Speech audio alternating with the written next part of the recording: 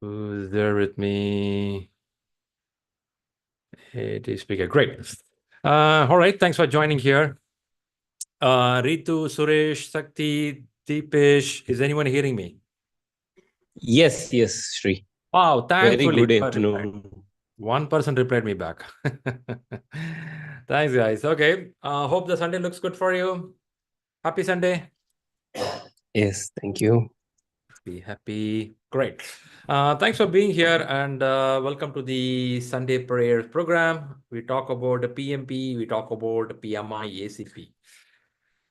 Is anyone aware that the PMI-ACP exam is getting updated? If not, the exam is getting updated. Is it an indication PMP also will get updated soon? Any clue? Any article?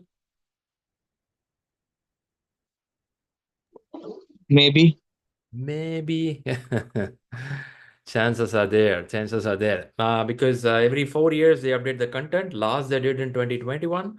Now it's 3 years ending up, 3.5 years. I think by next year, beginning, PMI will start the conversation in the sense of coming up with a new content. But it won't change 360 degree. There could be some addition than what we are doing right now. Last few days, I have some people who cleared PMP, which is really good news. And the message here is exam looks moderate. Whatever you practice in ShriLearning, it is close to that or a bit lesser than that. That's what I'm hearing. Any brave heart here to come on the cam on the Sunday? Uh-huh. No, Shri, I'm not ready on Sunday. All right, guys. So, is anyone getting to the exam in the near days, coming week? Who's getting for exam?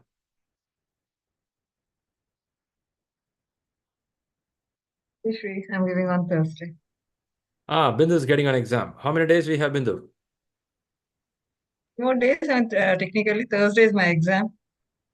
Technically, what does mean technically? I mean, I'm counting like till Wednesday. Okay. Wednesday evening, you shut down all your readings. Yes. I mean, Nice. for Nice. How is your confidence level? yeah, doing good. I mean, I mean, going with the trend. I mean, doing average, not that great, and sometimes it's fluctuating. Sometimes it's going above the trend, above the market. I mean, Mm-hmm. Mm-hmm. above the marks, and sometimes it's just on average. So it's there, sticking there. So a bit worried how it goes in the final exam. That fear is there, isn't it? Kind of a fear. Moderate one, yes. Moderate. Okay. Okay. So this is very common until you go to the exam hall. Once you come out of the hall with the result, you'll feel, man, I should have done a week before. It's Last so week I felt the same, but no, this week I mean, getting tougher. So hopefully it should be a smoother one during the exam. right. Good. I believe you are able to cover some of the bullet points which we discussed. Yes, yes, I've done that. Yeah. Nice to know. Agile should be comfortable for you. Yes, yes, Very good. So Agile is good. And you would have read a PMI ethics. yes, done No. that. Nice. Very good. Very good. Time management. How is it with the full exam? Yeah, it's pretty good. I mean, finishing a bit early also. Maybe that's the area I should concentrate considering I'm working and I'm doing the exam. So maybe that could be the case which I'm feeling bit. I'm not able to concentrate with the questions. Or as the timing looks good. Maybe in Okay. the exam there will not be any distraction. Hopefully it should work while reading the question. If you go to center-based exam, you won't be much disturbed because you'll be totally focused. Yes, yes. This is one. And math part, I would say don't strain much. If in case in ShriLearning you have math questions, it's only for a practice purpose. Because in the main exam, you don't see math questions. If in case it comes, that will be on the PERT calculation. I'm sure you're aware of Okay. a Yes, calculation. I'm good That's, with that. that's going to come. Under drag and drop questions, or we call match the following questions. We are getting two questions sometimes. That two comes in the last slot, 60th question, last 60. Okay. Mm-hmm. What is the disadvantage when it comes to the last 60 question? maybe we'll be, if it doesn't manage the time, you'll not able to read the question and match. That could be the case. Maybe if we have ample of time, maybe it will be good enough to do that match enough. Yeah, you're right. The last 60, when it comes, it adds some sort of a pressure. Correct. You will be going the right track, but what will happen is when you read this question, you may consume 1.5 to 3 minutes. People consume at least 3 minutes for one drag and drop question, which is Mhm. twice the time of a normal question. Okay. Okay. So what will happen is out of last 60 questions, we may get a 2 or 3 drag and drop. Now, each question, if I consume 2.5 to 3 minutes, which will be 9 minutes I'll consume for 3 questions. Okay. So 9 minutes for 3 questions, what will happen is, actually it is okay. But now the pressure has been added. That too in the last slot. Last slot, usually people be in a bit of hurry. On top of that, this pressure adds. Now, what people do as a mistake is, once they get the pressure here, they start clicking the answers just like that because they are in the pressure mode. I believe maybe PMI is purposefully playing this. So last a few people who took exam I asked, Shri, last 60 question I get this a drag and drop, it's unwantedly adding a pressure. Okay. So why I'm discussing this is with you or everyone in this room. When you see such kind of question, so what is your strategy? Maybe now you've given the heads up, there should be any pressure now. So I'll Mark be it for the prepared, last. like I will be smart enough. Okay, I'll have time and I'll be prepared for the drag and drop. Should be the case, I'll prepare. I mean, put it in mind, there shouldn't be any stress during the exam. Probably I'll move, no, I'll be in a relaxed mood and focus. Whatever happens, it will happen. So, I'll not take the pressure, but I'll be aligned. Considering the Okay. drag and drops, I'll ensure there is a sufficient time, to focus. Okay. Okay. Suresh, what was your idea? We can mark it for the last, at least. Or keep it in the end. Let's come later. Yes. Because spending more time will spend on multiple options. True. But also back of the mind, you always know that something is there. That's Yeah. there. That's there. But at least you focus on the item what is needed. Okay. I get that point. I do have some people, what they did is in the main exam, they totally spend very less time for this kind of question. So what do you mean by less time? So what they do here is when they see such kind of a question, they don't want to spend more than 1.5 minutes. To answer at such kind of question, if it is a question like this, if they're asking Tuckman ladder, okay, a very basic question. I'm sure most of you are aware of Tuckman ladder. Have you heard about Tuckman ladder? Yes. Yes. Forming, storming, norming. Norming, performing. Yeah. Whatever way somebody asks that question, will you be in a place or position to answer it? Check, drag and drop. Yeah, we'll do. Yeah, we'll do it, right? Such kind of question, one word question comes in, you drag and drop and close it out. If in case, what if each question is one line and answer is also one line? Is it possible to read and close in 1.5 minutes? I doubt, right? It's going to be more time consuming. So point here is, what people do here is, first shot what pops up in their mind, they drag and drop, or they have a plastic sheet next to them. In the sheet they mark, for question number 1, I mean in the match of following, question number 1, answer could be 1 will map with C, 2 will map with A, 3 will map with D. They mark in the paper. Once they mark in the paper, in the sheet, and then now once again look at it, is there anything I have to arrange it? One more time. That's it. Whether it is a right or a wrong, you should not bother. Choose the points, set it up, move forward. Because of this 3 question, if you are going to put a pressure on yourself, how many more questions you will miss in the main exam? At least another 5-6 questions. Yeah, possibly. So the impact is very high. That too, some people I found, they started getting panic and start clicking here and there. So point here is, if you see a drag and drop questions, I should have said this in the point of class also. In exam, out of 180 questions, 173 or 75 questions going to be a what kind of question? Multi-choice question. Multi-choice question is A, B, C, D will be given. Out of this, one choice you have to make. That's a multi-choice question. Multiple responses. Multiple responses, check boxes. You have to choose more than one answers. That question can be one or two questions. Some more will be match the following or drag and drop. I would say that don't put your attention on this. Rather, put the attention on the majority. This in ShriLearning, we have a URL. You can practice it. I'm sure you're not a kid. You know what to do. You would have browsed already, Google a lot of stuff. Your friend gave some content. You got here and there. But I would say don't spend too much time on that. Focus on 173 or 175 questions. There's a 4 or 5 questions. Follow a pattern. If you can answer, you can. If not, it is okay. But don't stay too long. Yeah, that's the point. Another strategy, I was listening from some people who cleared the exam, at least from US and Europe. I mean, the people, native English people. One woman were cleared the exam recently, a few days back, and she was saying that what she did in the exam, that also helped her to save time. But again, it's a native English people, they read English faster. What she did is, when she sees a question, the idea is, she watched out the answer first.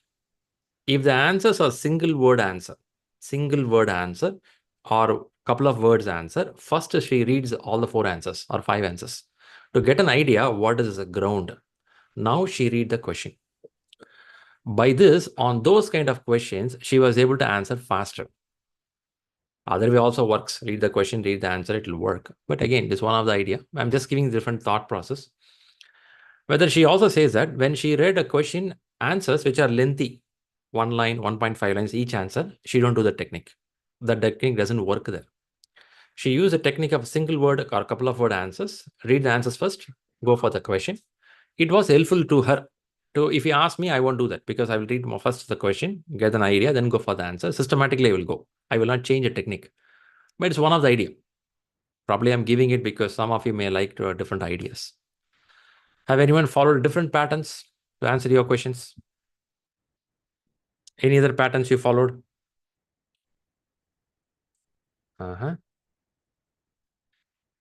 Okay, then let's take a look at some questions. Are you ready to talk about some questions?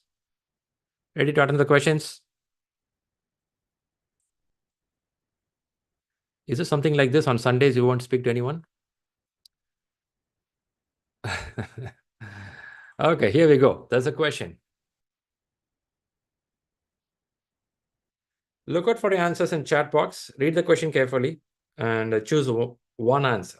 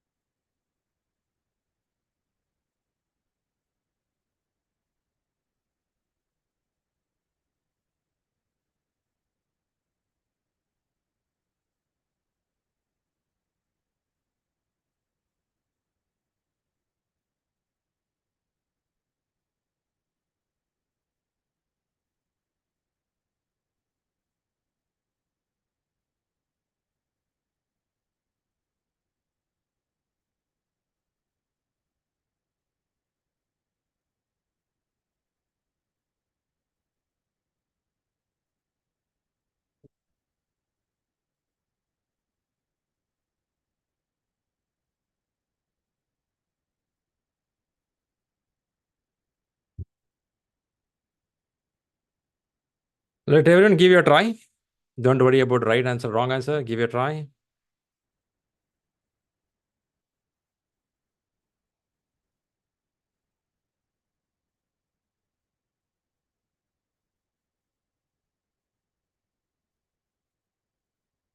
Okay. I'm mostly seeing the alphabet A, B, and C. 3 alphabets come together. A looks majority. C is also getting higher. Let's give a few more seconds.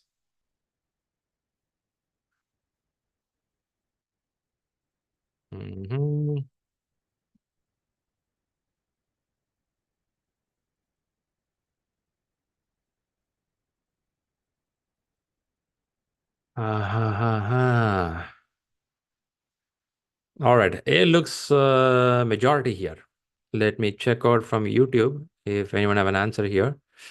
People watching from YouTube, you can leave in comment section. Let's get on the answers. Majority gone with the A here. Okay, then let's start with the majority, then go for the other items also. Probably invite Dipesh. Dipesh, why you thought A is a good answer? Yeah, because like first of all, the project manager has to be taken care whether we are following the correct procurement process or not. This is the first point. So like once it seems to be out of the way, so we will just check first whether it is comes under the organization procurement process or not. If it is come, then use. If it is not, then he can deny. The other options, including or tailoring the statement over including payment directly, it means we agreed and we are updating the SOW. And the conduct risk analysis situations, those are the further analyzing before moving to finalizing the contract. And using the fixed price contract, this is something else. It is not directly related to that question. That's what Okay. I'm thinking. What is the key term in the question we should observe for your answers? What you said?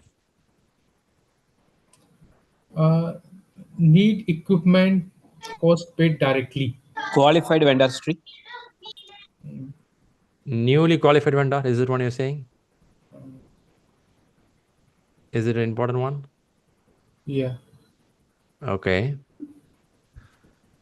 While discussing required services, the vendor tells the project manager they need equipment cost paid directly. Look like some payment terms are being discussed. Can a project manager discuss this information? Can a manager do this?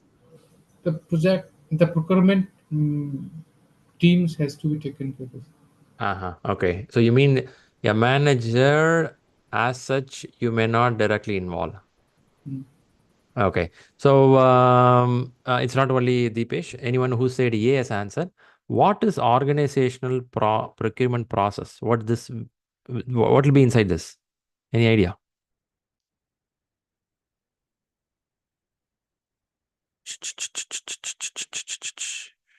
Bindu, what is your thought? You said yeah. What is your thought about the procurement process? What is it? Generally, I mean, there will be a procurement team which will go with this bidding process and all. Thought like it could be, the details might be there in the organization level. Okay, you mean it's a different department? Yes. Is it a different department? Right, the procurement team, yes. Okay. So the question is a newly qualified vendor. Okay. Qualified vendor may be used for upcoming project. Maybe it's not sure. Maybe. While discussing required services, the vendor tells the project manager they need equipment cost paid directly. When they say qualified vendor, is it bidding happened or going to happen? Sir, bidding has already happened. Happened. Huh? Okay. Yeah. Let's take a company. Let's take a company. A company is coming up with a big printer machine. Printer. Okay. A big printer going to print the flex cards, the big sheets. The machine is getting ready and we have ordered some spare parts. We want to order some spare parts for which we are calling vendor. Is this possible? In this project, I can invite a vendor. And this vendor company name is X. Okay. Now a vendor management department would have involved or should have involved to bid or outsource it. And then we choose a vendor called X. Okay. X is there. Very good. Nice. Now your company is Y. X company and Y company should work together. Then only the printer will get ready. A big machine, a big printer machine. Okay. Now, what happened here is discussing required services. The vendor tells, now the guy, X company tells, the project manager tells the manager, the guy who is running on the project. This person involves on 6 constraints in project management. What are the constraints, if you remember?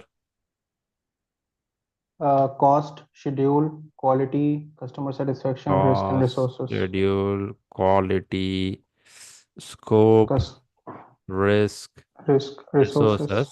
And also we add something called customer satisfaction. We do that. So now, point here is, this guy is suddenly talking about need equipment cost paid directly. Is this something should be part of the vendor discussion already? Yes, because it comes Mhm. under the resources, human, material, and equipment. So definitely during making the contract, they would have discussed about the equipment cost as well. I'm Should have assuming been, that. right? Yes. Too late. This guy is talking now. No? But chances are there, right? That doesn't mean that what you put in a contract is a set on a stone. Yeah, maybe some new equipments are required for this particular project. Maybe which they didn't added or accounted in the beginning of the discussion. Maybe. Okay. Okay.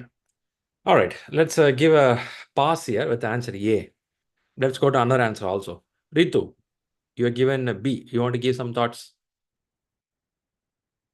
I thought we can like do modification in statement of work according to our new vendor. As it is he's a qualified vendor, we can use and we can do some modification if it is required. Okay. Okay. I'm seeing from your point, statement of work should be modified. Okay. Why this thought popped up for you in this question?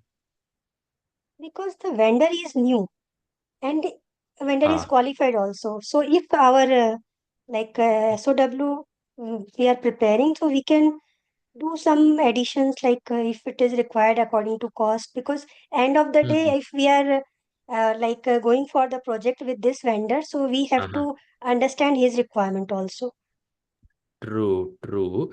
But one ask with you and anyone in this room, what will be inside SOW?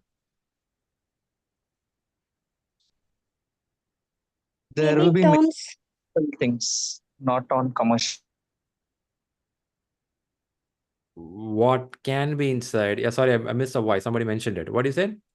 payment terms. Terms. Okay. When you do a project, two things we consider, right? Might have technical things, not much on commercials. Not on Do we discuss something called, have you heard about Stacy graph? Right? Something like Yes. we talk about what is needed and how this will be done. Two factors are there, right? There is no direct relation with this and vendor management, but I'm trying to show that when we call what is needed, this is all about the requirement of the project. So when I say SOW, yeah, there could be a portion. I'm not denying that. There could be a portion, but include payment for direct cost. Should I really put there? If I tailor SOW, do you think many stuff in the contract may change? But that's also possible. You can't deny it directly, isn't it? But do you think a manager has to do that? Your thoughts on that, Ritu? Not sure. It is going to burn your pocket, right? If you do that. Because a contract has been shared, based on that only the vendor has bidded and came inside. Now, if I alter it, it's going to have some dent in the contract itself. I'm not saying it's wrong. I'm just trying to understand different perspective. One I saw answer, the patient, few people said, okay, guys, I want to go, this looks above my head. This is not my day-to-day job. I don't want to break my head. Let me give it to the department. If department thinks SOW should be changed, yeah, they could change. But don't screw me up. I'm there to tell you what I need. Don't tell me contracting parameters, man. That's not my job. That's the role of the guys. Directly, indirectly, by shares, by currency, or that country has some taxing system which I have to obey for it. I can discuss, I can be in the meeting room, but I'm not the guy to decide it. That's what I heard from one set of people. Also, I'm hearing Rito is pointing out that, hey guys, you know what? Why don't we alter the statement itself? Directly go and do the job. That will save the time. But here, which one is good to do? That we have to watch out, because touching this vendor management details is going to have some implication in the sense of legal or non-legal. Both will happen. Because, the moment you touch a contract, there's a legal parameters. I'll park it here. Prem, you want to share something? Yeah, mm, yeah. go ahead. Regarding okay, mostly this is done mostly through like you have a group a procurement department, or that is what usually happens, like regarding any of this vendor management or anything. So Got you. it is Got you. closely related to the procurement process. So that's why I Nice to know. Nice actually to know. yeah At least kept from the naming. PMI world. Thanks, Prem. At least from the PMI world, when you take a question, you will think or perceive that this is an enterprise which is bigger in size. They are handling the projects in a very systematic approach, and they have these departments exist. Because some of us can question here, Shri, why should I assume it, man? I think we are going to waste our time. Let my manager jump into the job. We can think like that. But certain things we won't get into the place because that's not our role, that's not our specialty. And PMI, when they answer the question, they expect you to accompany an enterprise, which is very systematic approach. On that place, if you look into, we have to be a bit careful where to go. Before we conclude the answer, we have to listen to the third answer. Because in the room, I have some people chosen the answers, goes with a C. Who all I have? See, two people I have. I'll invite from Suresh. Suresh, what is your perspective? Okay. What I thought was is since Boo! Lost you, Suresh. Your mic got muted. Your mic got muted. Okay, if Suresh has mic trouble, Suresh, you're back. yeah, am I audible? You're good now, Suresh. Go ahead. Okay, so what I thought is since it's a service which the vendor has to provide, the Ah. vendor is asking for the equipment cost, which will not be Ah. a service. So, irrespective of the service he provides, whether it's good or bad, he's charging for the equipment cost. So, how the vendor assessment is done, there might be a risk in this. So, that's why I chose for a risk analysis in this. Okay. Okay. Is it going to happen or happened already? It is going to happen. Let me ask people who answered A and B. Do you think It's an this will be the upcoming project, right? So it's not yet. I mean, project is still not yet commenced. So there is a chance it could come in the future. Okay. Okay, let's keep in that order. It has not happened, may happen. If it may happens, we think this will be a risk. So what kind of action the manager has to do here?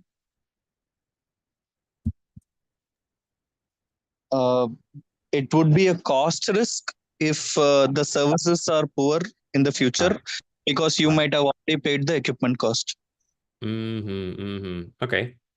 But one thing you have to be watchful here, the newly qualified vendor may be chosen, not yet chosen, but already this guy started discussing, I want this cost to be done.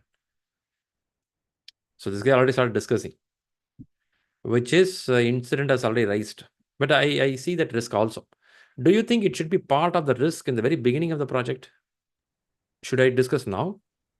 Or should be even before that and should have a mitigation strategy? Yeah, we can assume that this risk has been already accounted in the beginning of the project. Just about. But still, I see that point also. What if this guy don't want to go for the payments in the middle of the project? That can be a thought process. Nice. We saw three options here so far. Now let's look at some key factors here. One key factor I observed here is newly qualified vendor. So we don't have a history record. What do you mean by history record? We don't know how this guy works. Okay, we don't know. But still, when we do a source selection criteria, do anyone remember that? Yes. Should we collect all this information? What kind of nature of job these guys will do? Yes. What is the reputation, way of payment, or this kind of a payment details or cost details should be negotiated before the contract signed. Is this true?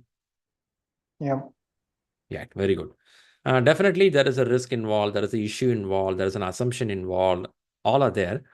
But now comes a tricky part. Should a manager involve in this referring the information? Should a manager put the effort? Yes, you may say that, yes, you can. But is it going to be productive or unproductive? All right. Now the answer jumps to A. Okay. We got details for B and C also. Now why A is a good answer? Let's watch it out. In this scenario, the issue is about procurement. The project manager is working with a new vendor to determine the relationship as part of the conduct procurement process. This means working with the organization's procurement department to determine a suitable contract with the vendor. Now there is a question here. When they say qualified vendor, is this vendor chosen or is in the process of choosing? It's already chosen. Okay. The procurement process includes working with the organization procurement department, conducting a make or buy analysis, and setting up a master service agreement with that. This is nothing but it's explaining what is procurement process. Now, this means working with the organization procurement department to determine a suitable contract with the vendor, which means either the contract is already clearly mentioned. Is it a fixed price, cost reimbursable, time and material? All discussions would have happened when a person is qualified to be part of the system. Now, one tricky point here is in this question, now we are hearing that a newly qualified vendor may be used for the upcoming project. Are we sure this guy is already boarded in? I think maybe means it is not it. Sir, as per like vendor selection or source selection, he has been selected for that, but till now he didn't received any project or he didn't received any contract yet. Means Then up why for we have upcoming to project. then why we have to choose a vendor? But there are more than one For vendor. services. Yeah, we can select and start negotiating with them.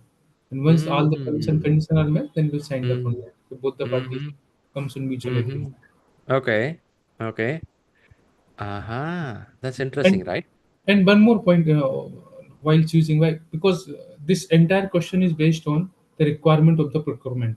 That's So right. once the question is come, so the straightforward answer should be let the procurement department deal such kind of issues, not directly with the project manager.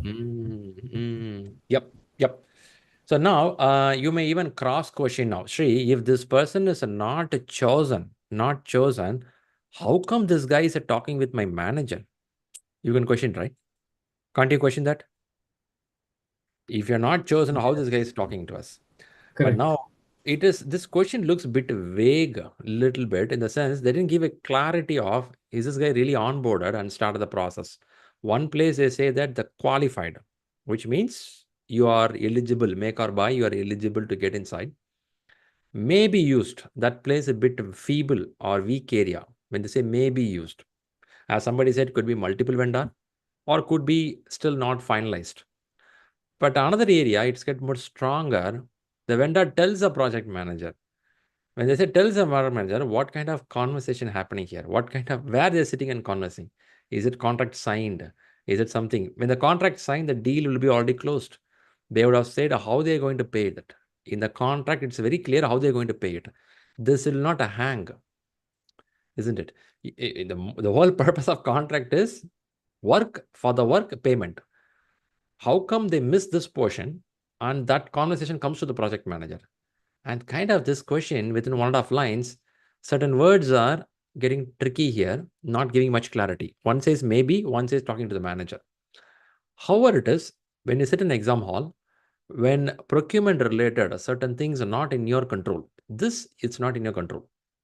Contracting and the cost parameters, sure, not in your control. If you see a place where your department can play the role, you will invite them. So in this whole section, there is a risk involved. Yes, it should have been already part of the project. When I go to vendor management, definitely risk is there. That should have been discussed. And can I tailor the SOW? Not sure. It may happen, but both not in my control, which could go for the process, which is called procurement management department. They will do that. And that's the reason they are transferring it to them. It's a kind of risk pushed to the department who can handle it better than me. If anything on the requirement instead of cost, anything what is to be done, There, as a manager, I should involve. Now I should involve the stakeholders. I should involve my team members, sit and converse. That's a requirement because as a manager, I am accountable or responsible for the requirement of the project. So I should converse. When it comes to cost, contract patterns, you can be there, but we are not going to make a decision out of it. And there it moves towards a yay. Was it a tricky question with a couple of words twisting us? Felt so? Yeah, it was. Yeah, couple of words, right? Couple of words are twisting us. All right, nice discussion, eh? Procurement. Shall we see something? Another question here? Let's jump to another question. Okay. By the people who gave B and C, Yes, yes, Shri. are you convinced with the A? People who went to the B and C? Oh, wow, no, Shri. I'm not happy, man. Still, I stay with the B. Not. Okay. I know this part, I would say specialization should go. That's the reason they're going for the organizational procurement department. All right, one more question on your way. Let's do it with energy. Before that, just a look of it. Just want to show you something called make or buy. Have you heard this term called make or buy in vendor management? Yeah. Yeah. Why we should do make or buy in a project management? What is the reason? Mostly cost. We look for the cost, whether in making it in-house is more cost effective, or getting it from getting it outsourced is more cost effective, as well as time constraints are also there. Maybe making it in-house will take more time, so we can get it procured from some expert vendors who can make it within very stipulated time. Point. Yeah, that's a point, right? So you look for cost, you look for quality. That's what you want to say. Yeah. Yeah. Certain areas as a team, we won't be a specialist. So we try to see who can help me in this area. Yeah, that's a point. All right. So in procurement management, usually they start with the process called make or buy. The make or buy is done by the project manager along with the department, which you call procurement department. They can sit and converse about what we can do, what we cannot do. Initial days in a project, very beginning stage, we may not have clarity. What are the areas we need vendor?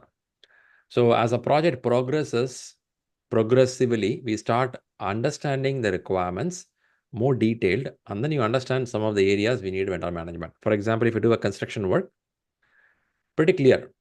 I may not have a specialist who can do electrical work. I'm pretty clear. I can call for the vendor. Flooring work, flooring. Initially, they thought the same team which is doing the pasting and cementing work, they can do the flooring. And then they come to the conclusion, no, this flooring is going to happen for the marble. And this is a bigger piece of marble, not a small piece of marble. They're going to bring a single piece of marble. Have you seen single pieces in the shopping mall? Very huge sizes.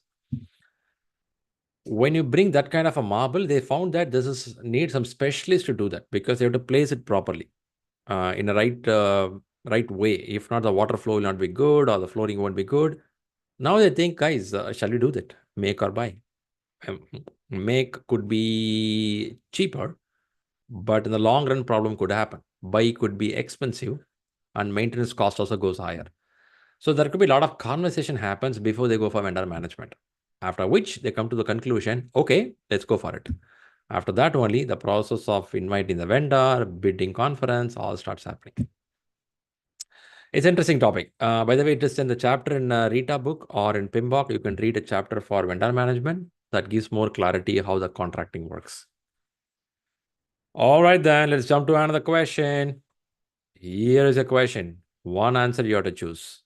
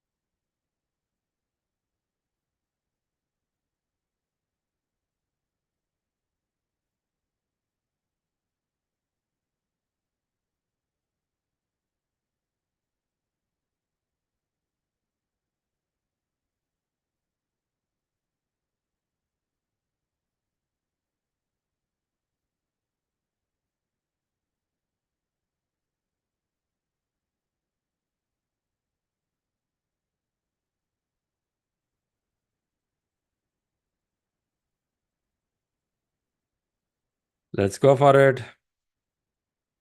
Don't worry about right and wrong answers. Give it a try.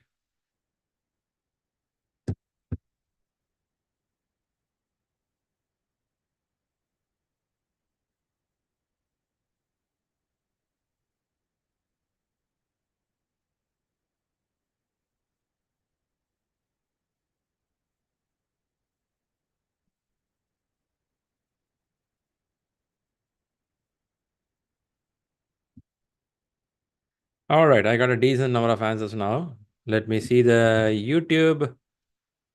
People from YouTube, what is your answers? Boo, boo, boo, boo. Let's see the answers. Answers. Okay. I'm seeing more going with the D as an alphabet. Let's see another alphabet here. D, D, D, D, D, D, D, D, D.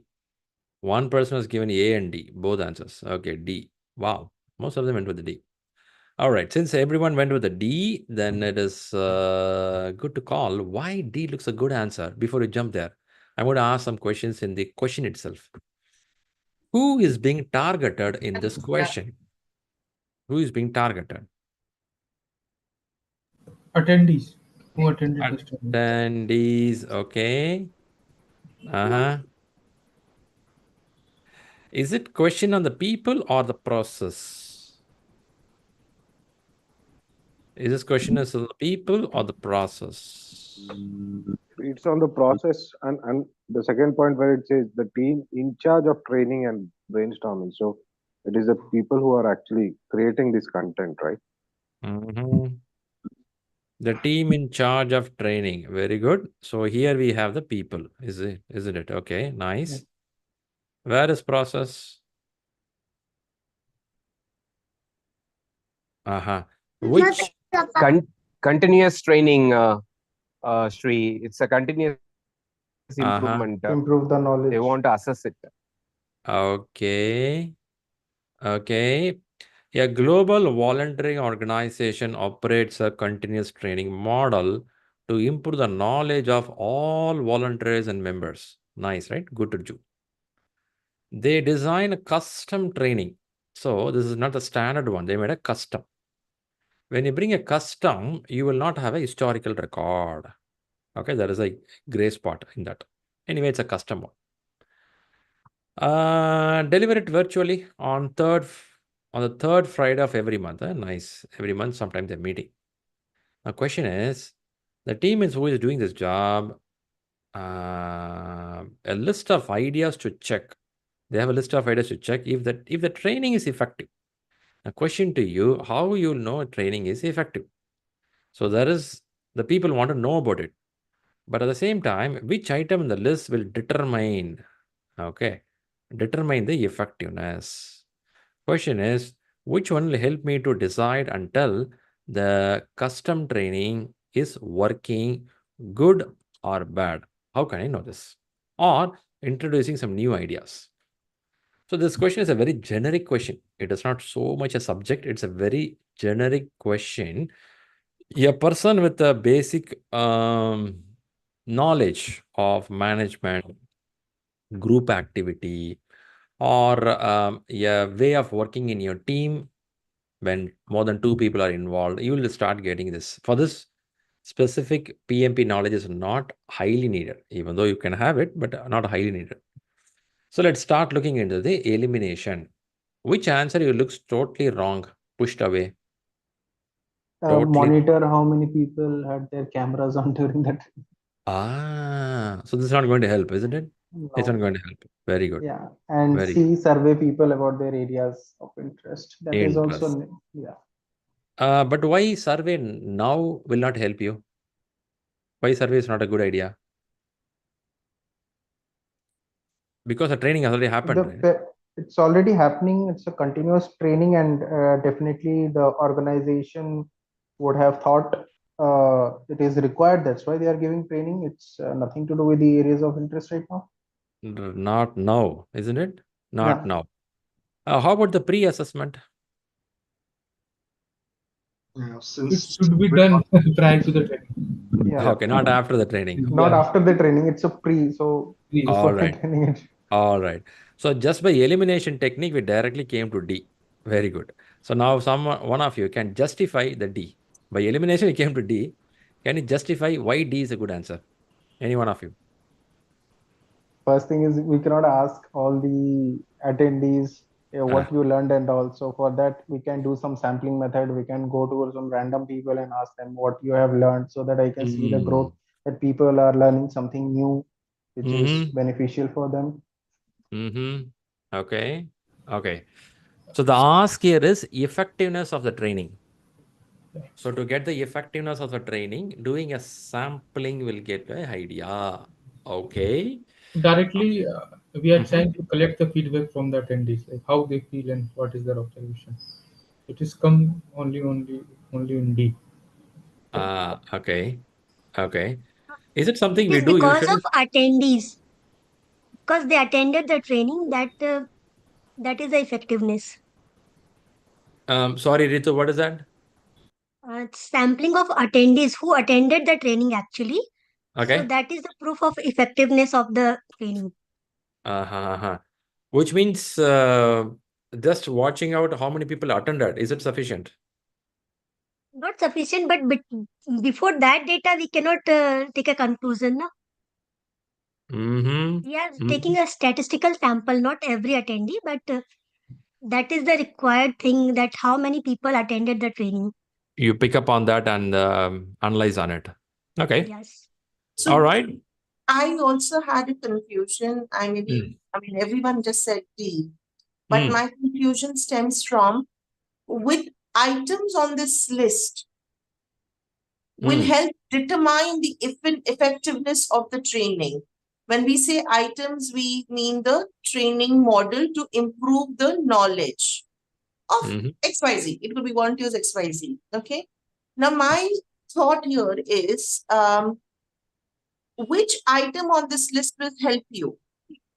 Hence, I said pre-assessment, because if we don't know what the pre-score is, how can I know the effectiveness of the training? I will get a post-score. Whoever has done a training, there'll be a scoring for it. Okay. Now, again, what's the conflict in my mind? Similar to our PMP. We do our mock quizzes. Sometimes we get 2, sometimes we get 3, sometimes we get 10, 7. But that is also an assessment where you didn't have any pre-test for us. Like assuming we all come from zero knowledge. Then my confusion is the pre-assessment also the correct answer, or it's only the D that perform a statistical sampling of attendees to find out what they learn? Because statistics. Yep. I get your point there. But what is the ask in the question? Which item on the list will determine the effectiveness of the training? When they say effectiveness of the training, something has happened. A training which got completed, how it's effective? For this reason, if you see in the top, a global volunteering organization operates continuous training model to improve the knowledge. Here, you should have done the assessment already. In the sense, what knowledge you want to improve, not after the training. So we are assuming that the knowledge, there was a pre-assessment, is the assumption you're saying? Should be, right? Without that, how can you customize a training? Will you customize a training without understanding who you want to do? Yeah. Okay. So assessment is nice. It should have been done. If not, the training would be that we'll come to know. How you come to know? Answer D will tell you. Imagine answer D, we are telling that sampling, but what is the outcome of the sampling? Imagine the sampling says pretty bad. What does it gives an idea? It gives an idea pre-assessment has not happened, or even if it happened, not in a right way. Is it possible? This is possible, right? So let's see what's the answer coming up here. Boop, boop, boop. Here it is. As most of you went with the D. Now, why D is a good answer? The only way to know if your continuous improvement program is working is to measure. Okay.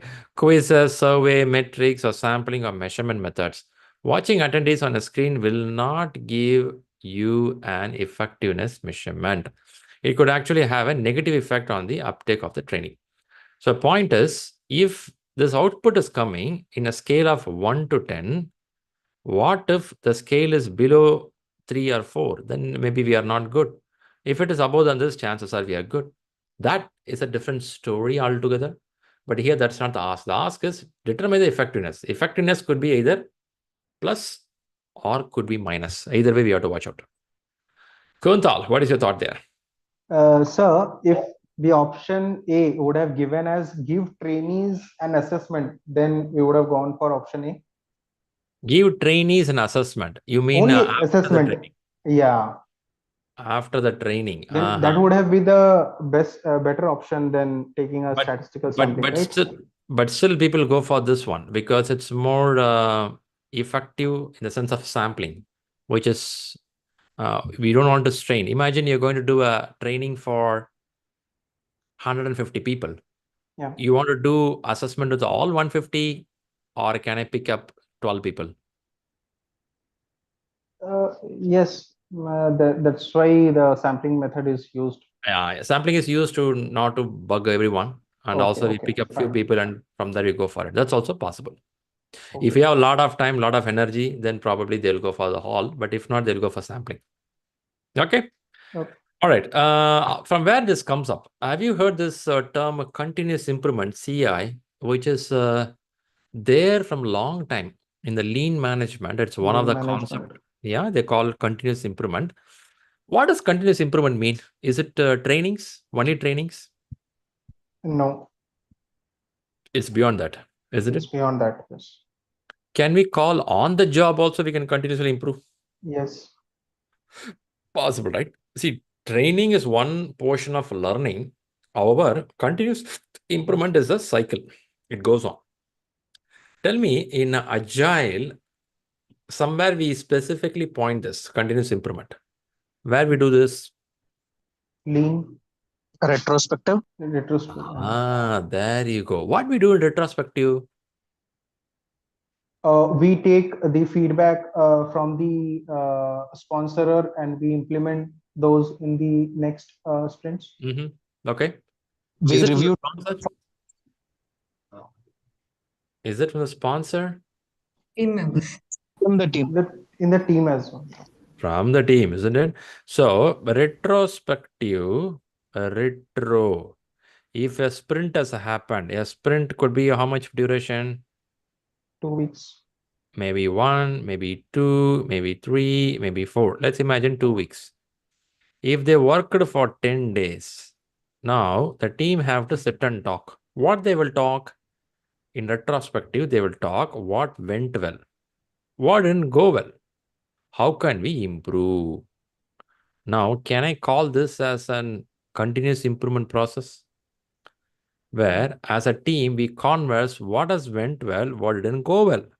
If things went well, I'll appreciate it. I'll ask you to continue this. Don't stop it. Continue what went well. If something don't go well, I may stop that doing it, or I may repair it, or I may correct it. Now, this is on-the-job learning. Do you think it's more powerful? On-the-job learning? Yes. More powerful, right? We sit and talk. Is it the only place we talk about continuous improvement? Have you heard any other place we talk about continuous improvement? Is there any other place?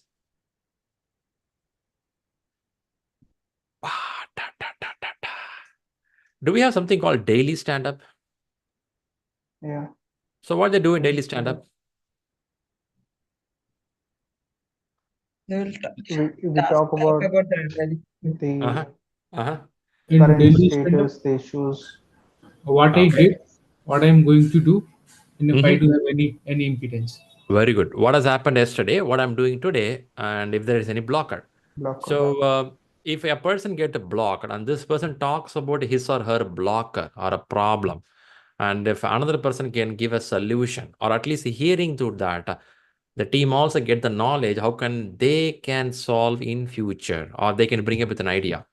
So it's an effort of being transparent of what is happening in the work, which talks about what has happened, what is happening, or what kind of problems I have. And there's another place team starts looking for how can they improve themselves.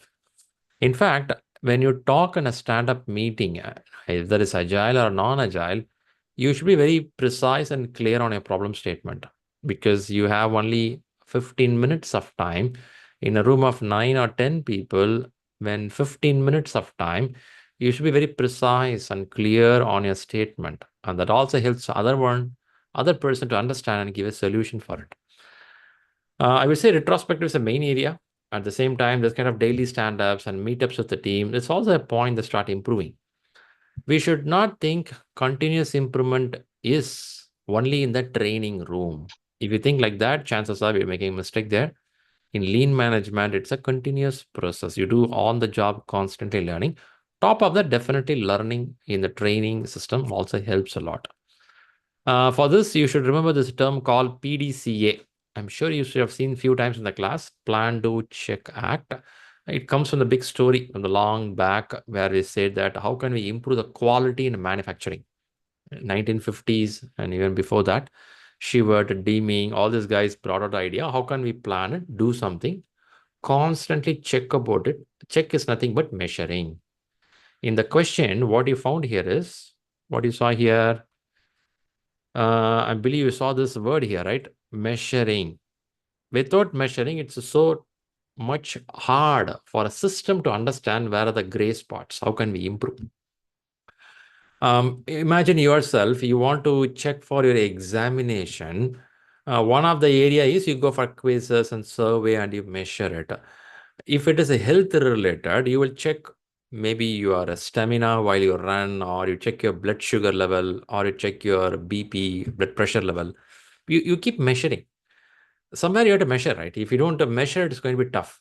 In the sense, the measuring point, it is not always in the training room. It can be part of your job also. Plan, do, check. It's a cycle. Yeah, that's how it goes. Good job. Good job. How is the energy level? One more question. Yep. Yes, Shri. Let's do that then. Okay. One more question on your way. Here it is.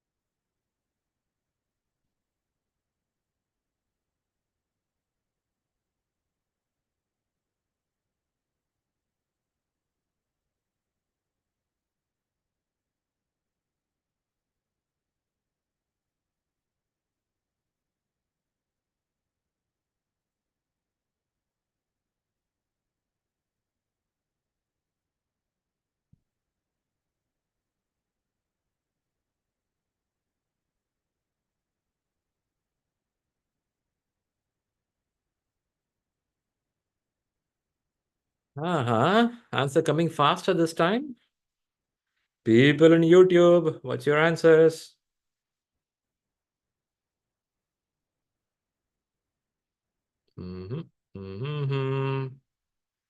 How come everyone with the same alphabet?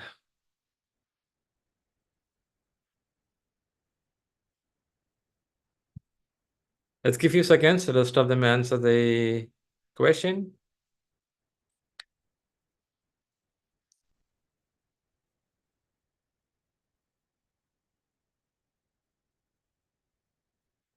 All right, I see some answers from people here, and good that everyone with one alphabet. So there is not going to be big of fight here. But we'll understand what is a key term in the question. Better be careful while read this question. Variance or true except. They are asking except. Yeah, cost variance. So they're asking cost variance. Okay. Do somebody should have a knowledge in earned value management before they answer this question? Can somebody answer this question with common sense, or book reading is needed? No, book reading is needed. Book reading is needed. Okay. Because of the terminology. You explain to her different variable involved. You tell her that all the following statements of what the cost variance are true, except. So we have to find what is the true here. If you find the true, the false you will find. The answer is they want the something false here. I see answers all went with the C. Why C looks a good answer? Can anyone justify this? Why you think so? Like variance, it is always positive values. Variance may be negative, and maybe If your actual cost goes high, Uh-huh. then your earned value, which Mm-hmm. we have already seen in graphical representation. So in that case, then definitely it will not be positive, it will be negative. Mm-hmm. Mm-hmm. we may Okay. be under budget or over budget. Mm-hmm. Okay. Okay. Let me ask this question. It is used to determine whether or not the project is meeting the planned cost. Is this true? Yes. Uh-huh. Planned cost or not. What is the planned cost? Do you Cost remember? based. Do you The remember the cost, yeah, baseline? yeah, Or the we cost, call yeah, as budgeted completion. You remember that? BAC? yes, Yeah. So we make a graph like this and we tell that a planned project can go and meet something called BAC. BAC is a budgeted completion. budget at completion. One. There's a point we want to reach. Negative CV, cost variance, is often difficult for the project to recover. Is this true? Yeah, it is true. True, right? When it is a negative variance of cost variance, what we call it as in project management? Then means you're over budget, you're going There you go. There is something called over budget. over Is budget. it, will it happen in a project? Some project can be over budget. Is it possible? Yes, yes, yes, it is possible. Always, Shri, always over budget. Then when it's over budgeting, then it's a problem of planning, isn't it? We didn't plan properly.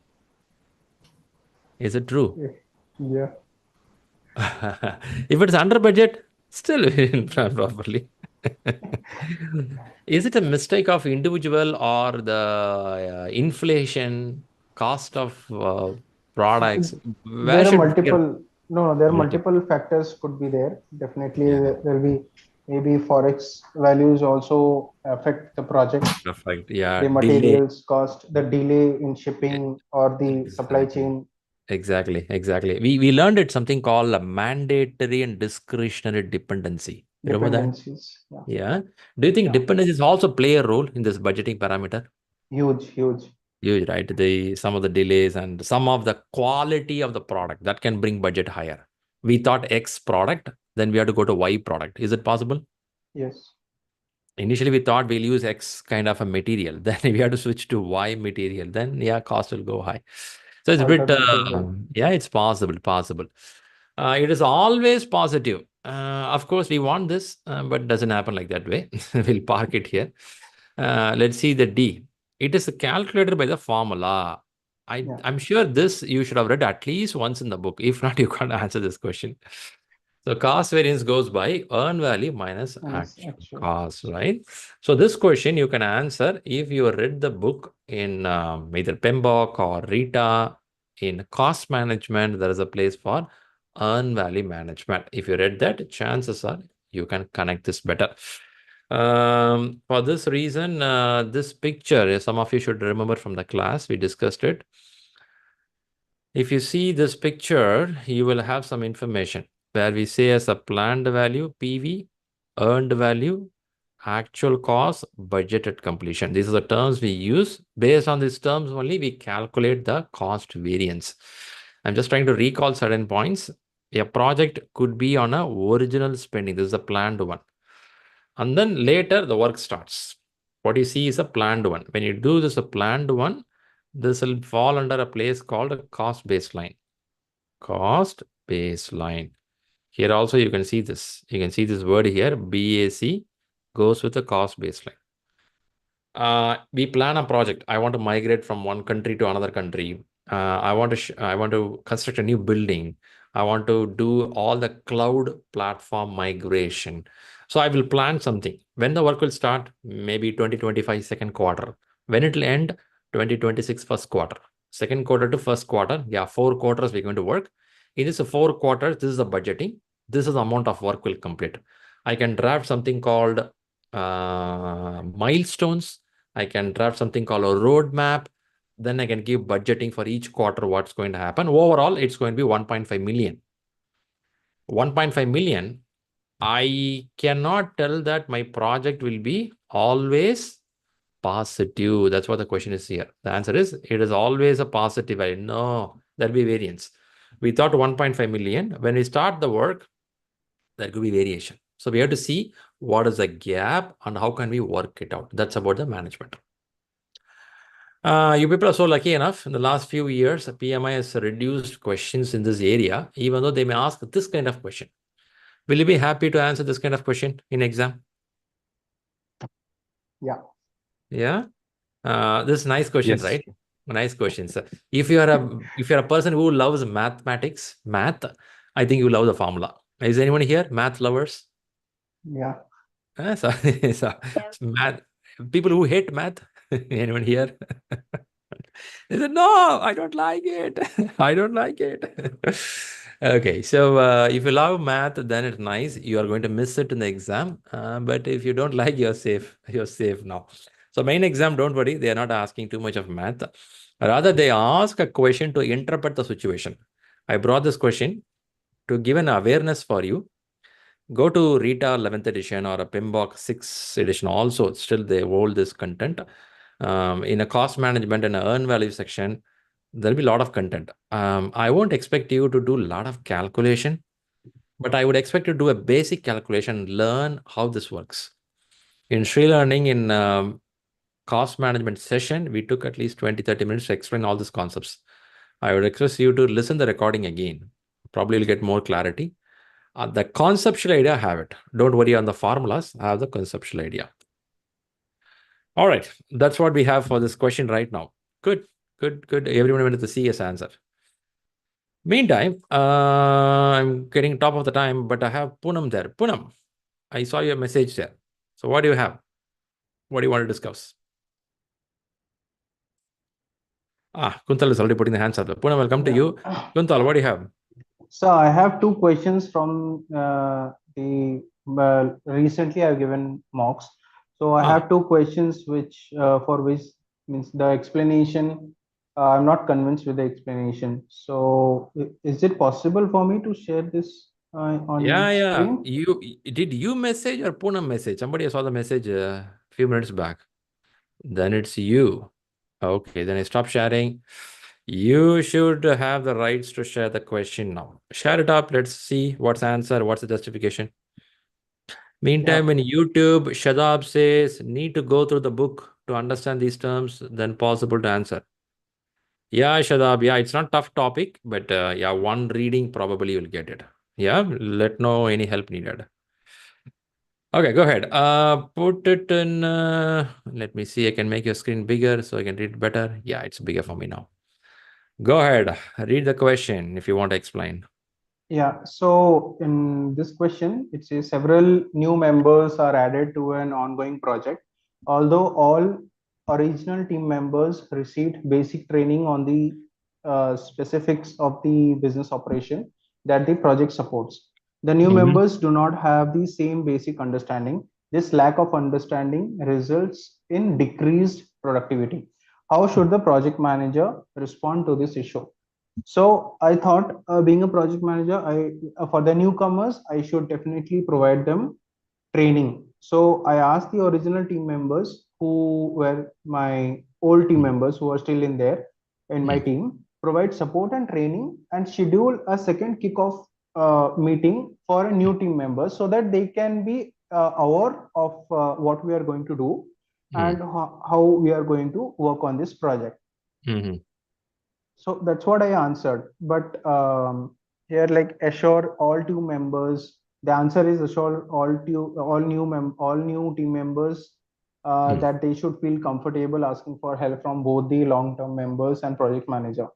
Okay. But the explanation, it says it is the project manager's responsibility to make sure that the new team members are adequately trained. This approach provides that training. So means I'm not able to connect it to means if I give a direct answer, okay, the second kickoff meeting is stucking that why the second kickoff meeting is required. So that could be a reason for eliminating this option. Okay. I read a question. Let me see what people feels here. What is your answers, people in the room? Will you go with the B or you go on to A? Hi, Shri. B. Poonam here. So I just today appeared this question and I selected option correct as B. The thought behind this is that whenever there is a new member involved in the team, the responsibility of the team members towards getting them along with is more than formalized a meeting or any other options mentioned here. So that's why I selected option B. You want the team to feel comfortable. That's your thought. Right. Yes. Yes. Okay. Okay. I see your point there. Thanks for sharing that. Any other views here? Here it is saying that ongoing projects free, which means that old members also currently they have assigned with the productivity. They have to work and they have to finish their target.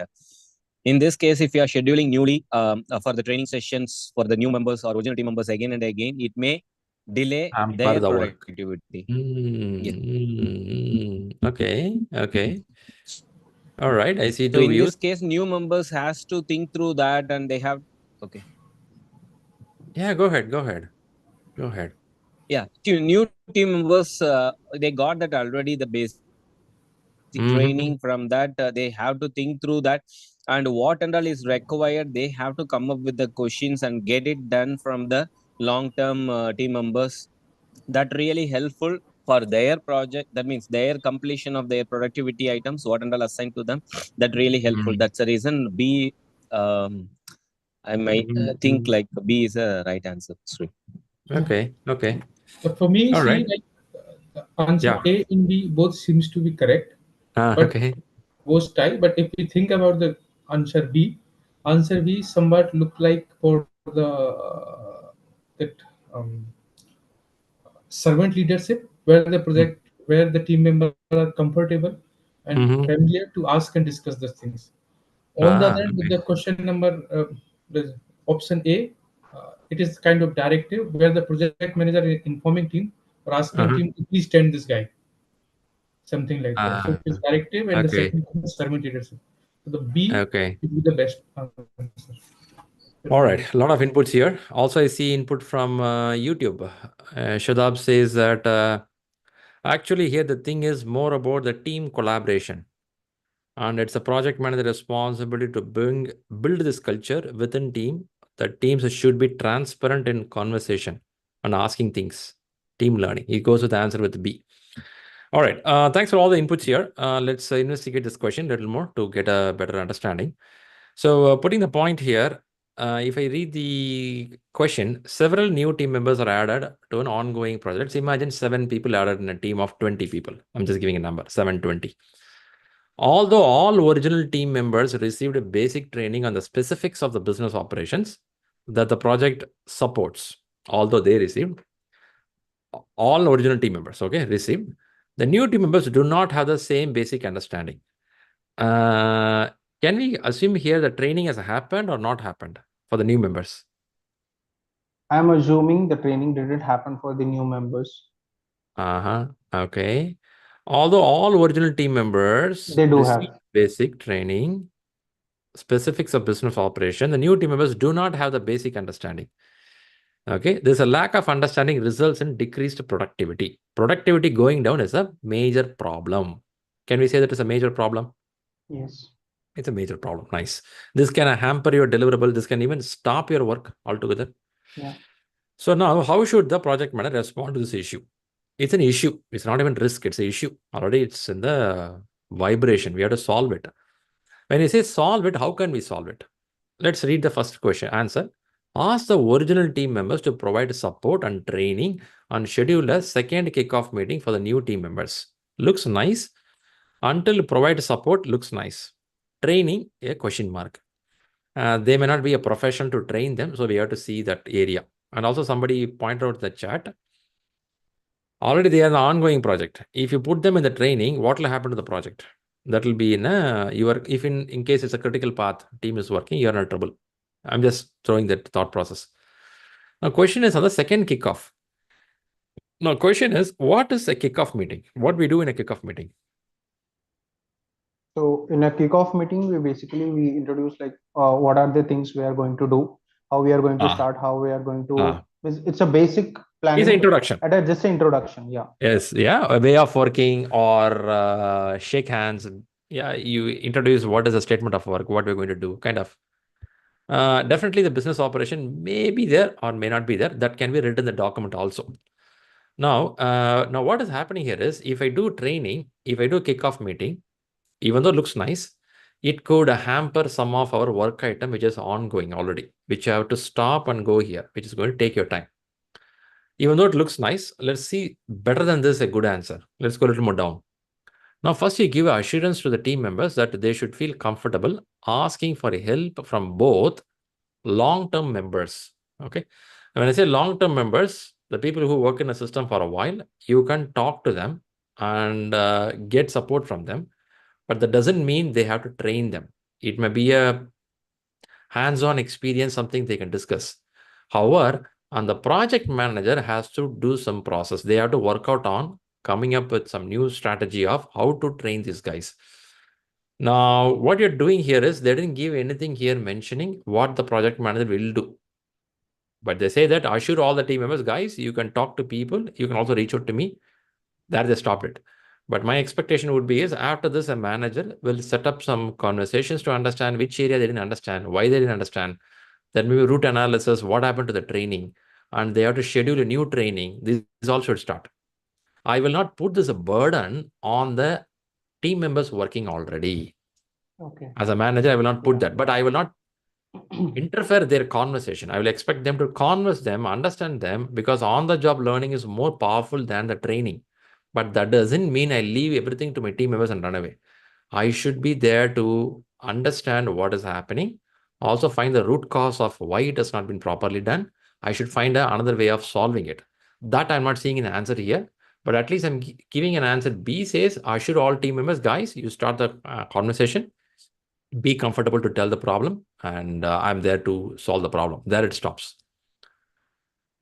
Now, why we are sticking with A and B? Any other answers are C and D?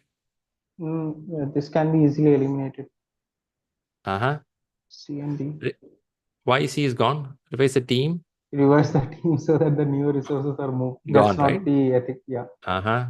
Then D, recognize that this is a common occurrence. No, it's not a common occurrence.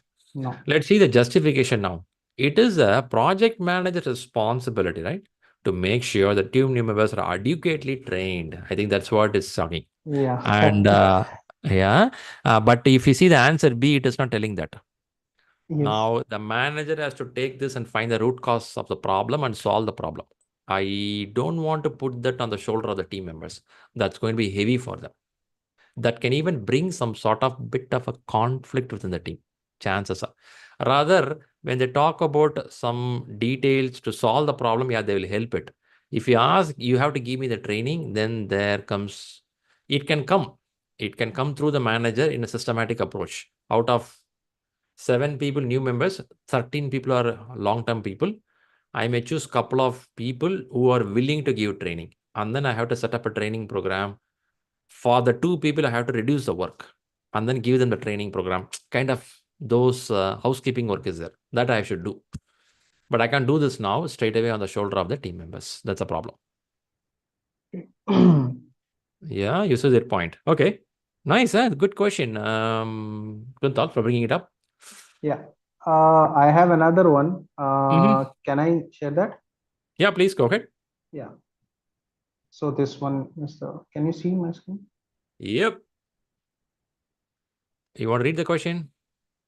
So a project manager for a construction firm meets with stakeholders. All the stakeholders agree on a 20-month life cycle for a project. After work has begun, the project manager learns the stakeholders would like project completion with no more than 16 months. Which step should the project manager not take? So negotiating with stakeholders to reduce project requirements is, again, it's not possible because it has been already discussed, I'm assuming. So the next is add team members to work more quickly. In fact, not this one as well, because we already, I think the project charter is already prepared and it was already discussed in the beginning. Reduce the scope and crash the schedule. I am just confused in between these two and advise against modifying the timeline. So if I again it's again going to my sponsor and negotiating with him about the timeline where it is already mentioned in the question that all stakeholders, they agreed for a 20 month, but the project manager and the stakeholders would like completion within no more than 16 months. So indirectly, I have to complete that within 16 months. So advise against modifying the timeline. That's what I felt. Okay, 20 months a project. Imagine there is school children play area construction is happening. The school sponsor department, they say that, hey, we thought 20 months, but you know what? Can you do 4 months earlier? Because we are planning to open the school for the kids. So now they're saying this, it's an opinion. Learn that stakeholder would like the project completion. Because they're like, can you suddenly, when they say like, can you suddenly shrink it from 20 to 16 suddenly? No. But you can have a conversation, right? Can you have a negotiation on the table? In a round table, you guys could sit together and talk. Hey, I can approach. You can do a conversation. Nothing wrong, right? Nothing harm in that. Because a sponsor says doesn't mean you have to say yes for it. Yeah, nothing there, but you can have a conversation. But look at the answer C. Can a manager reduce the scope on its own? For example, the same school building, they're saying 20 months to 16 months. What you're doing is, you tell that, okay, I will do, you don't even ask them. You're telling that, okay, school playground will be ready, but I'll cut down the washroom and toilet area. No, that's what the not answer. Possible. That's what the answer C says. The answer C says reduce the scope. You're telling that you don't even tell anybody. You reduce the scope. You cut the toilet and washroom area for the kids. Only the playground is there. Okay. So going to the sponsor or going to the stakeholders and having or doing a negotiation with the timeline. Of course, right? Of course. See, we are not in before World War I and Second World War, where we have to always say yes for it. Even before that, people say no. But we are living in a world where certain things we have to tell. I'm not saying you have to say no on the face, but you have to sit on the table and talk. Why you want in 16 months? Yeah, you may have a reason. I may have a reason. Why can't I do in 16 months? You should listen to that also. Okay. But the sponsor says that no issues. I will pump in another this much millions of dollars. Can you do it? Still, certain projects you cannot do that because that raw material is not available in the market. Yeah. Isn't it? See, you may be Elon Musk, but the battery should be available in the world, right? The source should be there. If a battery is not there, then where you have a car? That source should be there, right? You cannot tell that you can't make it. You can make it within 16 months because I pump in another 5 million. No, certain things will not work. This knowledge we have to discuss with the sponsor. I'm not saying I'm going to hit them bad. I'm telling, I'm going to convince them what's the problem there. But still they say that, okay, guys, I understood. Now let's cut short that requirement. The battery area will cut short. The toilet area, we'll find some temporary toilet to fix it there. We'll open it. After 4 months, we'll come with a permanent toilet or a washroom. Okay. That sounds better. Now, that's what negotiation is. Not fighting. It's about negotiating, influencing. That's what you have to do. Yeah. So one more thing. If option C would have been only crash the schedule, then crashing the schedule. What crashing means here? Means crashing. I'm just compressing the schedule to satisfy my stakeholders or to satisfy my sponsor. In crashing, what we do? In crashing, we add more manpower or more people or material. Yes. Yeah, material. So crashing is. I'm just asking if the option C would have been only crashing the schedule, then what should be my answer? You are doing in the answer B. Read the answer B. Add team members to yes. Indirectly, we are doing that. Kind of you're doing already. Yeah, kind of, yes. It's happening there. It's fine until you want to complete it. You will. That's a role of a manager, right? You keep playing it. You take some people from non-critical path and put into critical path. You play around. That will happen there. That's possible. But the reduce the scope and crash a schedule doesn't go well there. In that case, first reduce the scope doesn't go well. It's short down. Yeah. Okay. Got it. All right. Thanks. Good questions, Kuntal. Then Poonam, you are back here. I saw a message from you. You have a question? Yeah, hi Shri. I have a question. Okay, go ahead. Let me share my screen. Sure.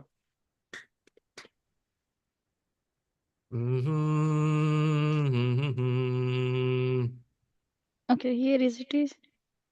Yep. You two questions. The Go first ahead. question. You ask team member to prepare a presentation for an important prospect. After checking it, you found that let me minimize this.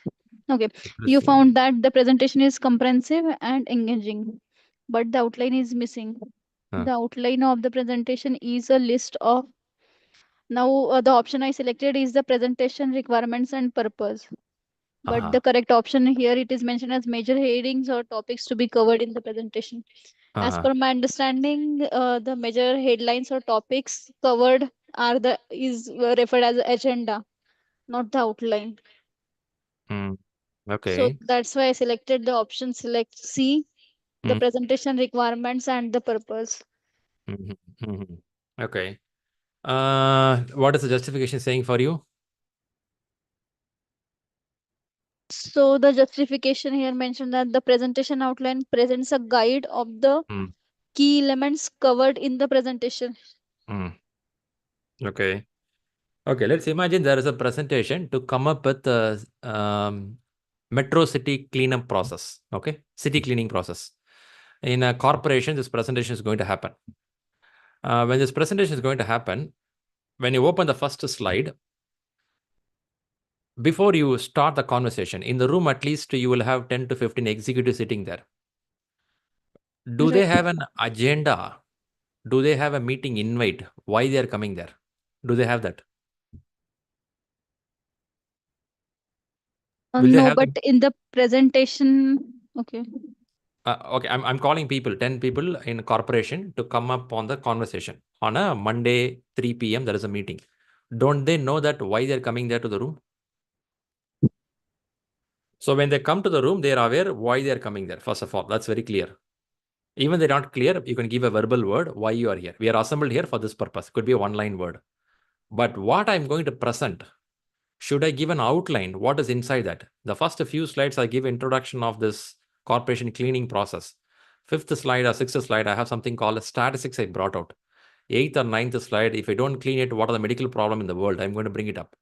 Should I give what it is so that my audience is able to understand what I'm going to talk as a highlight view? Is it important? Yes, it is, but it is. Don't we refer it as an agenda? Agenda. You want to call it as an agenda? If you want, you can call it up. But why outline is not happy for you? Because outline is something the summary. Summary. Okay. Yeah. Have you seen PMI exam content outline? Yes. Do they call content agenda? Yeah. What is outline there? Yeah, got it. The content of the. What are you going to do there? Yeah. That's a point. Yeah. See here, the point is the presentation outline represents the guide of the key elements covered in the presentation. That's what you're going to tell. What areas I'm going to cover.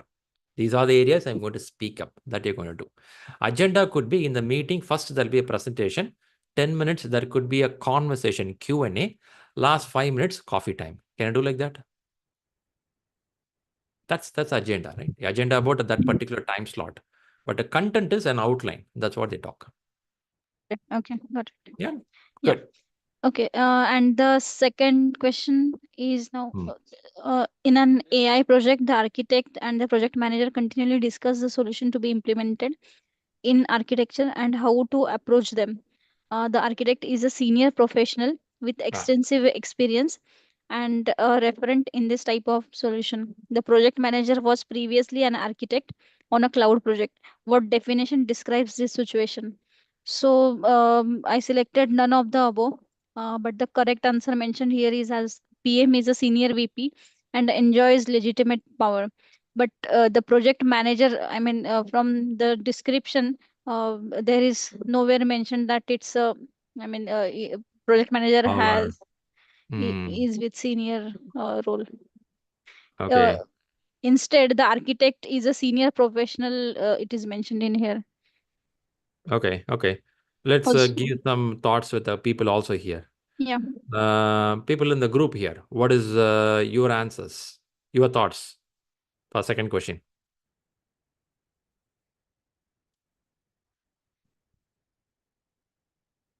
By the way, before I move further, is anyone aware of what is a legitimate power? Yeah, it's a power from senior authority or Can we call as a formal hierarchy kind of a power? yes. Right. Okay. Nice. A kind of a hierarchy structure power. Nice. Let's see. An AI project. The architect and the project manager continuously discuss a solution to be implemented in the architecture and how to approach them. There is a continuous discussion going on. The architect is a senior professional with extensive experience and a referent in this type of solution. Okay, he's a strong guy in this place. The project manager was previously an architect on a cloud project. Okay, the definition describes this situation. They didn't really go detail of what it is. They just left it to point.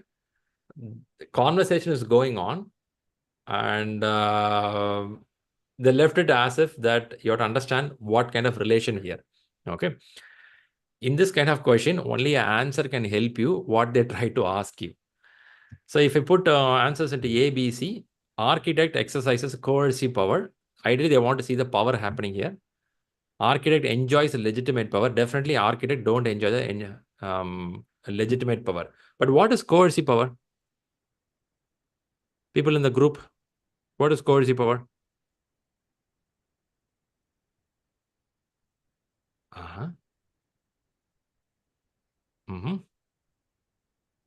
No one knows what is coercive power?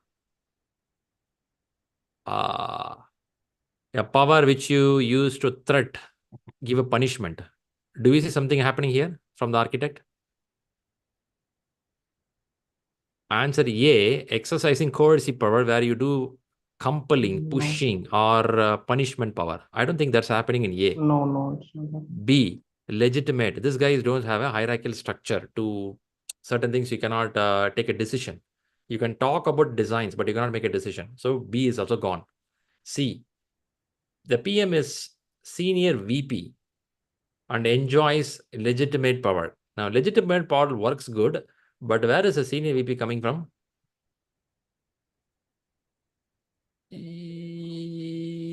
That's where the hitting, right? Poonam, that's where you're stuck? Yes, yes. That's where you're stuck? Okay. Yes. If that's where you're stuck, I'm fine. If you're stuck on legitimate, coercive, then this two we should learn. Coercive is by punishment. Somebody's pushing you to make a decision. Yeah. Legitimate is hierarchy. Yes. Both architect will not have. But the PM can have legitimate power. I'm fine with that part. But I'm a bit worried on the senior VP. I don't see that explanation. If I'm missing it, do you see something there in the question, senior VP? Nowhere. I don't see the senior VP. I will go with the C because of his position, but I don't know where I see senior VP. Something is not clear there. None of the above, I will not go. I will go with C for that reason. But senior VP is the only problem for me. If you are stuck there, I'm also stuck there.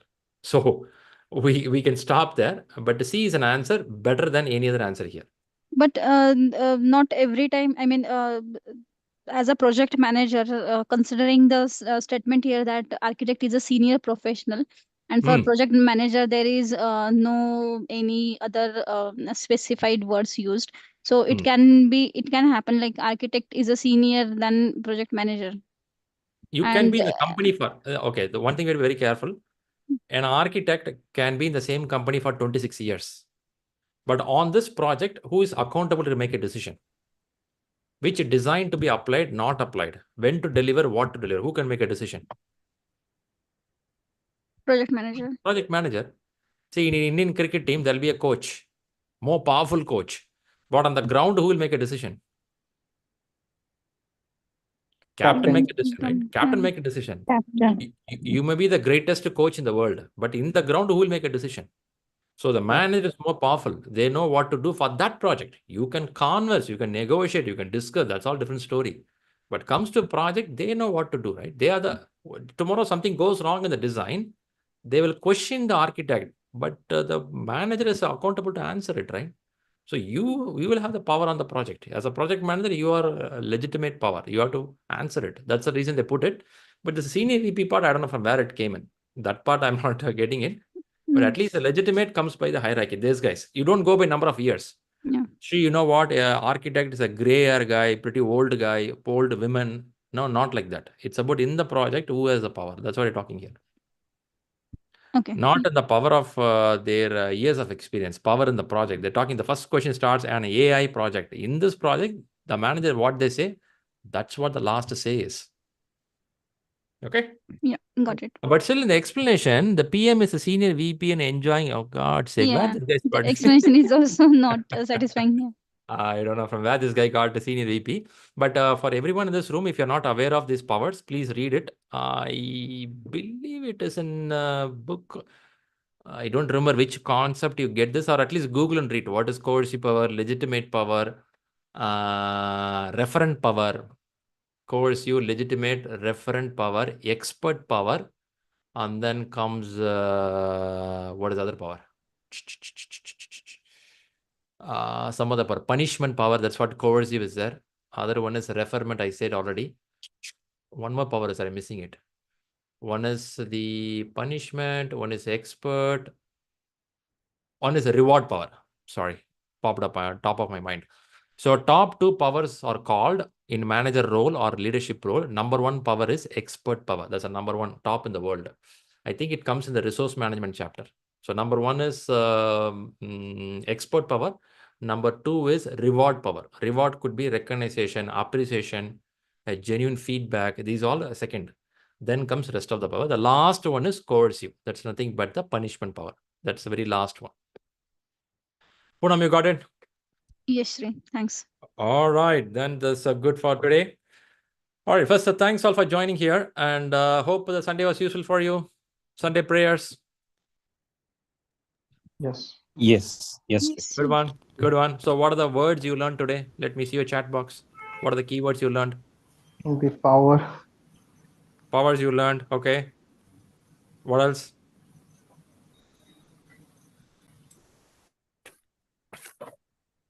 Aha. Any other terms you learned today? The difference between agenda and outline. Oh. Okay. Outline, agenda, you got it. Powers we learned. Did we learn something about variance? Cost variance? Yeah. Very good. Cost. Very good. Did we learn something called continuous improvement? Continuous. Yeah. Okay.